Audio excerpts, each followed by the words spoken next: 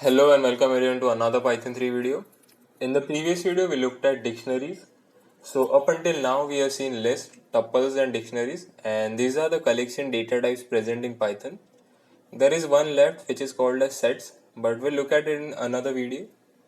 In this video we are going to talk about user inputs. So the input function allows us to make our code interact with the user and to get some data or result from the user.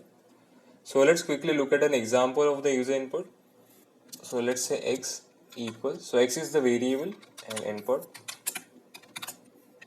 So this is the input function and you can pass some value inside it. So let's say, hey,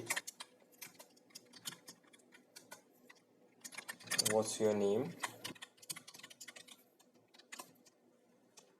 So the input function will print this value and then wait for your input.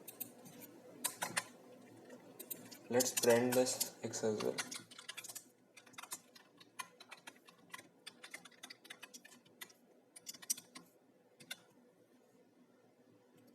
So let's run this code.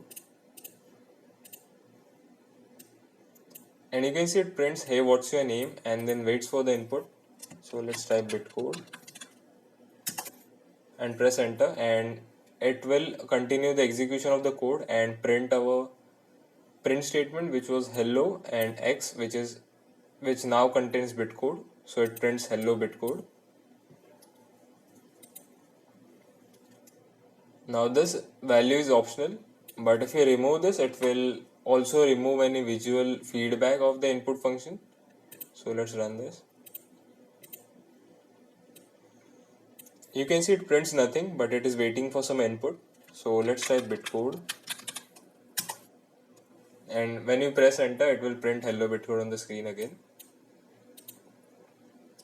Now whatever enter as an input, the input function converts it into a string. So if you want to use an integer, you will have to convert the string into an int. We have already looked at typecasting, but if for some reason you skipped that part in the variables video, typecasting basically allows you to convert a data type to another data type. So let's change this back. And to convert the input to an int, you encase it inside the round brackets of the int function. Now let's perform some math. So let's say x plus 1. So let's run this. Let's type 1. And you can see it prints 2. 1 plus 1 is 2.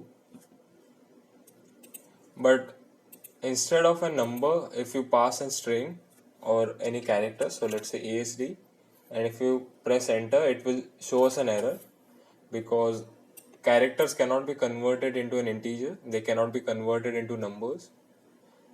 So that is what basically this error means. Now similar to the int, we can convert it to float as well. So let's say float, and let's run this. And let's type 2. And you can see it printed 3.0, which is a float. So that's all I wanted to cover on user input. It's pretty simple, so I don't think many of you will have any questions. But if you do have any questions, feel free to leave them in the comments below. And as always, thanks for watching, subscribe if you liked it, and until next time.